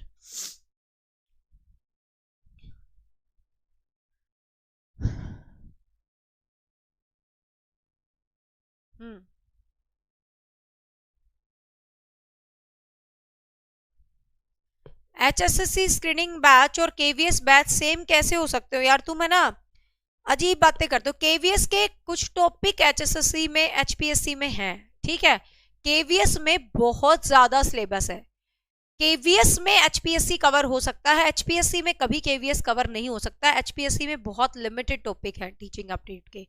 हाँ, आप ध्यान से देखिएगा, यहाँ पर मोस्टली बच्चे इस क्वेश्चन को गलत कर रहे हैं। देखो, which of the following term describe the communication between two people that involve sending and receiving the message. दो लोगों में जो टू वे कन्वर्सेशन होती है उसको हम डेफिनेटली ट्रांसैक्शन कहलाते हैं, और मैंने पढ़ाया भी है तुम्हें मॉडल्स के अंदर। ठीक है, इंटरेक्टिव और ट्रांसैक्शनल जो कम्युनिकेशन का मॉडल होता है वो टू वे प्रोसेस होता है, सेंडर और रिसीविंग आपस में होती है। लेकिन क्वेश्चन को ध्यान से देखो, इसने तो टर्म पूछी है, इसने मॉडल थोड़ी ना पूछा है। इसने तो कहा है कि दो बंदे जब बात करते हैं, तो वो मॉडल नहीं कहा इसने, क्या होता है, वो मॉडल पूछता तो आपका आंसर होता है ट्रांसैक्शनल्स। ठीक है, उसने मॉडल नहीं पूछा है, उसने पूछा वो टर्म क्या कहलाती है, तो ये नया एड ऑन कर ला। डाइडिक भी होता है, जब दो इंसान आपस में बात करते हैं तो ये टर्म होती है। ठीक है, तो टर्म पूछा है, टर्म पूछा है तो आप डाइडिक लगा देंगे, मॉडल पूछता तो आप ट्रांसैक्शनल लगा देते। मैंने यहाँ पर इस शब्द को हाईलाइट भी किया था, तो आंसर टर्म से देना है, तो इसीलिए आप आंसर, हाँ इसलिए आप आंसर डी देंगे। यहाँ पर ये नया क्वेश्चन था, एड ऑन कर लीजिए इसको, आप आंसर डी देंगे। ठीक है, नेक्स्ट है, which of the following is the essence of affective communication. Affective communication में सबसे जरूरी चीज क्या होती है, आपकी कम्युनिकेशन अफेक्टिव है तो उसमें सबसे जरूरी चीज क्या होती है? आपका मैसेज सबसे जरूरी होता है कि आपका मैसेज क्या है, ठीक है। आपकी एनकोडिंग, आपका जो कूट संकेतन है वो सबसे जरूरी चीज होती है। आपकी फीडबैक सबसे जरूरी चीज होती है, या आपकी डिकोडिंग सबसे जरूरी चीज होती है? फटाफट बताइए, बहुत आसान सा क्वेश्चन है। Which of the following is the असेंस of affective communication? Affective communication का क्या असेंस है, आपको वो बताना है। तो फटाफट से बताइए भाई, अफेक्टिव कम्युनिकेशन का क्या असेंस है? आंसर प्लीज फास्ट बताएं भाई, फटाफट आंसर, फटाफट आंसर बता दो। इसमें एक पीडीएफ थी, मेरे को मिल ही नहीं रही, उसमें ना कुछ और अच्छे अच्छे क्वेश्चंस थे। हाँ, कोई कह रहा है कि इफेक्टिव कम्युनिकेशन का मीन मैसेज होता है। अच्छा, हाँ, ऐसा मैसेज तुम्हें दिया जाए जिसको सुन के तुम दिल खुश हो जाए तुम्हारा, है ये होता है मतलब अच्छी कम्युनिकेशन का। अब मैं तुम्हें पाठ पढ़ा रही हूं, तुम्हें कैसा लग रहा है बताना। अब तुम्हें जैसा लग रहा है वही तो चीज मेरे लिए इंपॉर्टेंट है।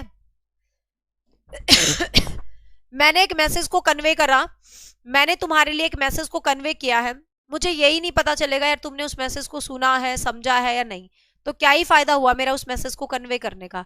तो कम्युनिकेशन में सबसे जरूरी चीज होती है असेंस कम्युनिकेशन का फीडबैक होती है। जब तक हमें फीडबैक नहीं मिलती, हम आपको पढ़ा रहे हैं, फीडबैक में आप रिजल्ट नहीं दोगे तो हमारी सारी कहानी का कोई महत्व ही नहीं रह जाएगी। I just want your result in feedback, ठीक है। तो feedback is the most important part. Clear? Next देखिएगा, तो फीडबैक आएगा, ध्यान रखना ये मैसेज वाले। नेक्स्ट है people who engage in frank and open expression of their feelings is are consider. कुछ लोग होते हैं अपनी फीलिंग्स को ओपनली एक्सप्रेस कर देते हैं लोगों के आगे, मतलब व्हाट दे आर फीलिंग। तो इस चीज को हम क्या बोलेंगे? अग्रेसिव बोलेंगे कि वो तो बहुत अग्रेसिव पीपल है, खड़ूस, बेकार, घटिया वाले। तो अग्रेसिव नहीं होता भाई कि यू आर नॉट अग्रेसिव। पता नहीं, मुझे एक पीडीएफ और देख रही थी, प्रीवियस क्वेश्चन दिखे नहीं। तो अग्रेसिव हो आप ऐसा नहीं है बिल्कुल भी। र्यूड, आप बहुत र्यूड हो बिहेवियर वाले, ऐसा भी नहीं है। आप इनकंसिडरेट हैं, आप किसी चीज को कंसिडर ही नहीं करते ढंग से, ऐसा भी नहीं है। असर्टिव, असर्टिव का मतलब होता है कि यू आर फ्रैंक टू, मतलब कहते हैं ना यार आप है ना अपने लिए असर्टिव। असर्टिव को एग्जैक्ट हिंदी में क्या बोलते हैं मुझे ध्यान नहीं आ रहा। असर्टिव होता है एक तरह से एकदम सही तथ्य वाला आदमी, जो अपनी फीलिंग को फ्रेंकली दूसरों के आगे अपने सही विचारधाराओं को प्रस्तुत करता है। तो यहां पर आंसर रहेगा आपका सी, आंसर रहेगा सी। कल कम्युनिकेशन के क्वेश्चन होंगे लेकिन हिंदी में होंगे, ठीक है। A low context culture is more where. A low context culture, समझ लो इस टर्म को। लो कंटेक्स्ट कल्चर क्या होता है कम्युनिकेशन का? लो कंटेक्स्ट और एक होता है हाई कंटेक्स्ट, ठीक है, दोनों को एक साथ ही समझेंगे। लो कंटेक्स्ट और एक होता है हाई कंटेक्स्ट, ठीक है। हाँ, लो कंटेक्स्ट क्या होता है? लो और एक होता है high. Most of the information is unspoken. जब ज्यादातर इंफॉर्मेशन अनस्पोकन रहे, मतलब इंफॉर्मेशन को जब बताते नहीं है, तो वो लो कंटेक्स्ट होता है। Most of the information is explicit state of verbal message, सिर्फ वर्बल मैसेज हो। Most of the information is apparent, most of the information is non existence. यहां पर देखिएगा, देखिए लो कंटेक्स्ट का मतलब क्या होता है, एक मिनट है। High context culture is when, high context होता है जब most of information is spoken. Unspoken जब होती है इंफॉर्मेशन वो हाई कंटेक्स्ट होता है। और देखिए, और जब वर्बल मैसेज होते हैं तो लो कंटेक्स्ट होता है। देखो मैं आपको बताती हूँ, ऐसे याद करेंगे, एक हाई सोसाइटी, एक लो सोसाइटी, ठीक है। हाई सोसाइटी में क्या होता है, लोग चुप रह के, चुपचाप, बहुत मतलब चुपचाप हलीमी से और बातें अंदर अंदर बातें कर जाते हैं, कहते हैं ना यार बड़ा चुपचाप अंदर अंदर बातें कर जाते हैं। तो जब अनस्पोकन, जो ज्यादातर अनस्पोकन जो कम्युनिकेशन होती है ना, अनस्पोकन, उसको तो हम क्या बोलते हैं, अनस्पोकन जब होती है तो उसको तो हाई कंटेक्स्ट बोलते हैं। तो आप ऐसे याद करना, हाई कल्चर, जो हाई कल्चर के लोग होते हैं वो ज्यादा बोलते नहीं है, वो कम बोल के अपने विचारों को बता देते हैं, ठीक है। और लो कंटेक्स्ट इससे अपोजिट होता है, इसके लिए ज्यादातर इंफॉर्मेशन स्पोकन होती है, मतलब स्टेटेड इन, ज्यादातर इंफॉर्मेशन वर्बल मैसेज के थ्रू होते हैं। सिर्फ वर्बली जब बस बक बक बक बक करनी है, that is your low context. जब आपको एक सिंसियरिटी के साथ डील करना है, मतलब अनस्पोकन वे में आप चीजों को डील करोगे तो वो होता है हाई कंटेक्स्ट। तो याद करने का तरीका बिल्कुल इजी सा है। हाई सोसाइटी के लोग चुपचाप रह के अपनी चीजें बता देते हैं, लो सोसाइटी के लोग बोल बोल के अपनी फीलिंग्स को बता देते हैं। ठीक है, ऐसे करके याद रख लेना। नेक्स्ट है the primary channel used by individuals to communicate with others are. ठीक है, ये बहुत अच्छा क्वेश्चन है, इसको कई बच्चे जरूर गलत करेंगे, फटाफट से आंसर दो, फटाफट आंसर दो। The primary channel used by individual to communicate with others, सबसे प्राइमरी, सबसे पहला वर्जन होता है। ठीक है, एक्सप्लिसिट का मतलब होता है शुद्ध, शुद्ध। ठीक है, explicit. The primary channel used by individual to communicate with other. तो ये क्वेश्चन देखो बड़ा ही प्यारा क्वेश्चन है, इसको कुछ बच्चे गलत आंसर जरूर करेंगे। रेडियो एंड टेलीविजन, आपका पहला वे बताना है स्पीकिंग का, अपनी बात को बताने का सर्वप्रथम तरीका क्या होगा आपका, तो रेडियो एंड टेलीविजन होगा। मतलब रेडियो और टेलीविजन पे आप खबर बुलवाएंगे कि मेरी वो गायब हो गई है, उसको ढूंढ के लाओ, है। टोन ऑफ वॉइस, आवाज में बोलेंगे आप, मतलब आवाज निकालेंगे। ठीक है, ईमेल, ईमेल करेंगे, या साइट एंड साउंड। ध्यान से देखिए, इस क्वेश्चन को आप जरूर गलत करोगे, मुझे यकीन है पक्के वाला कि आप इस क्वेश्चन को करने वाले हैं गलत। भाई नेचुरल फिनोमेना है जुकाम, आवाज कैसी गंदी आएगी, ऐसी आएगी। पहले ना मतलब शुरू में बड़ा फील होता हो जाता था, देखो हमने कितने बदल जाते हैं ना टाइम के साथ। शुरू में ना हमें बड़ा फील होता था कि जैसे कई बार जुकाम हो गया तो ऐसे शेम लगता था, यार जुकाम हो गया यार क्लास में मतलब बच्चे क्या सोचेंगे कि तुझे जुकाम हो रहा है, तू ऐसे रिएक्ट कर रही है। लेकिन अब लगता है नेचुरल है यार, मतलब सबको होता है, होता है तो होता है, अब जो फील हो रहा है हो रहा है ना। मतलब अब है ना, जिंदगी के लिए ओपिनियन बदल गई। अब देखो, हाँ यहाँ पर देखो टोन ऑफ वॉइस, सारे बच्चे बोल रहे हैं टोन ऑफ वॉइस, मेरी बात को ध्यान से सुनिएगा। टोन ऑफ वॉइस होता है बिल्कुल पहला मीन होता है, लेकिन जब बच्चा पैदा होता है ही चैं चैं करने लग जाता है क्या, वो कम्युनिकेशन का एक सिंपल सा, आपको कोई बंदा सड़क पे खड़ा है और सड़क पे खड़ा है तो आप उसको दूर से ओए ओए ऐसे करके नहीं चिल्लाओगे। मतलब कई बार वो कहते हैं ना, आंखों ही आंखों में इशारा हो गया, जीने का सहारा हो गया, बस स्टैंड पे बैठे। अब तो जमाना बदल गया है, हमारे टाइम में तो खैर इतना नहीं था, मेरी दीदी के टाइम में ना बस से कॉलेज जाने का बड़ा ट्रेंड था, क्योंकि वो रोहतक यूनिवर्सिटी में पढ़ी थी। गांव में तब कॉलेज मतलब के एडमिशन नहीं करवाया था, कॉलेज तो था बट करवाया नहीं था, तो यूनिवर्सिटी में पढ़ी थी, तो बसों में जाने वाला ट्रेंड होता था तब। तो ये जो बस स्टैंड पे कम्युनिकेशन होती थी ये नॉन वर्बल होती थी, ये वर्बल थोड़ी ना होती थी, साइट से होती थी, कहते हैं ना आंखों से कम्युनिकेशन होती थी। तो ध्यान रखना, खाली साइट होता तो हम वॉइस ऑफ टोन को इंपॉर्टेंस देते, बट इसने तो साइट एंड साउंड दोनों चीजें लिखी हैं। ठीक है, तो साइट एंड साउंड दोनों चीजें हैं, तो डेफिनेटली हम इसको प्राइमरी मीन ऑफ कम्युनिकेशन बोलेंगे। बच्चा भी कम्युनिकेट करता है, लेकिन वो बोल के नहीं करता, वो इशारों से करता है, मम्मा इधर आ जा, है ना। तो बच्चा भी ऐसे कम्युनिकेट करता है। ठीक है, तो आंसर रहेगा डी। हाँ ठीक है,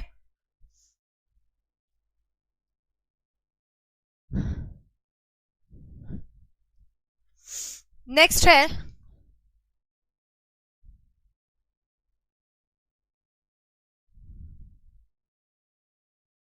नेक्स्ट 20 क्वेश्चंस हम पर डे करते हैं। नेक्स्ट क्वेश्चन है encoding is important to. Encoding important होती है, क्यों होती है? एनकरेज फीडबैक, फीडबैक को एनकरेज करने के लिए, फीडबैक को बढ़ावा देने के लिए। एलिमिनेट नॉइज, नॉइज को कम करने के लिए। प्रोड्यूस मैसेज, मैसेज को प्रोड्यूस करने के लिए। एंड साइट होता है निगाह, निगाह, निगाहे, दृष्टि, नजर। ठीक है, हाँ नजरों के ऐसे एक्सप्रेशंस, मतलब आपके कोई भी नॉन वर्बल एक्सप्रेशन है ये। ठीक है ना, हाँ देखिए, तो प्रोड्यूस मैसेज, अरे मतलब निगाहों से तो इतनी कम्युनिकेशन होती थी, हम जब बचपन में होते थे हमें कभी थप्पड़ थोड़ा ना लगता था, हमारी मम्मी यूं देखती थी, हमारी मम्मी यूं देखती थी और हम वही चुप ऐसे हो जाते थे भाई, मतलब डर गए। मतलब कितना टाइम चेंज हो गया, अब हमारे बच्चों को पीट लो तो उन पे असर नहीं पड़ता, और हमारी मम्मियां तो सिर्फ हमें किसी के आगे यूं देख लेती थी, बस यूं, मतलब हम समझ जाते थे ये वाली नजर आ गई ना भाई, तो अब हमें हिलना नहीं है यहाँ से। तो निगाहों से तो बहुत कन्वर्सेशन होती थी। हाँ, eliminate noise, produce message, ensure decoding the message. तो आपको पता है एनकोडिंग है, तो एनकोडिंग हमेशा मैसेज को प्रोड्यूस करने के लिए होता है, प्रोड्यूस करने के लिए होता है हमेशा। तो आंसर रहेगा आपका सी, आंसर रहेगा सी। नेक्स्ट है which of the three components, question is the last question of the day, जिसका आंसर तुम देने वाले हो। बहुत आसान क्वेश्चन है, और उस जो भी लास्ट क्वेश्चन का आंसर सही देगा तो आज का शाउट आउट जाएगा उसके नाम। ठीक है, which of the three components are part of the human communication process. Human communication process के इंपॉर्टेंट थ्री पार्ट्स आपको बताने हैं। Message recording and feedback, message recording and feedback, noise feedback and jargon, message noise and feedback, feedback message and क्या लिखा ये क्रिटिंग। तो message recording and feedback. ठीक है, तो बताना है भाई इसका right answer. Message noise and feedback, message feedback and jargon. Jargon is a kind of language. ठीक है, हाँ, अब ध्यान से देखिए इस क्वेश्चन पे।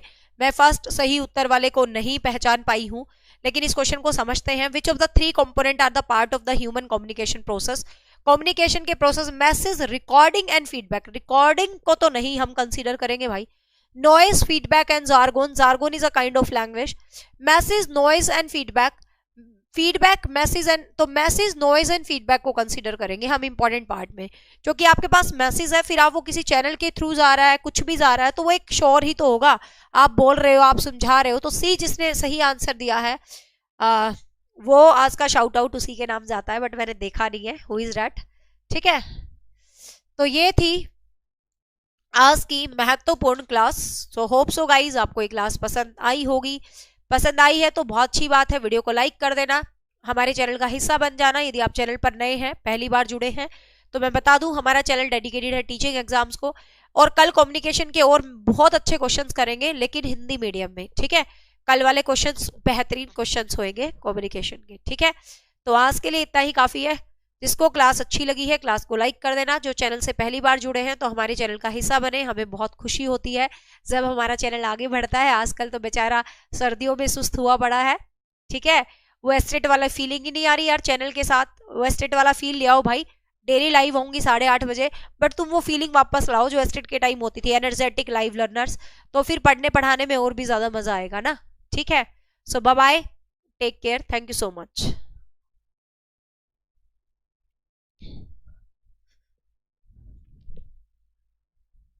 मुझे कॉल भयंकर वाला हो रखा है।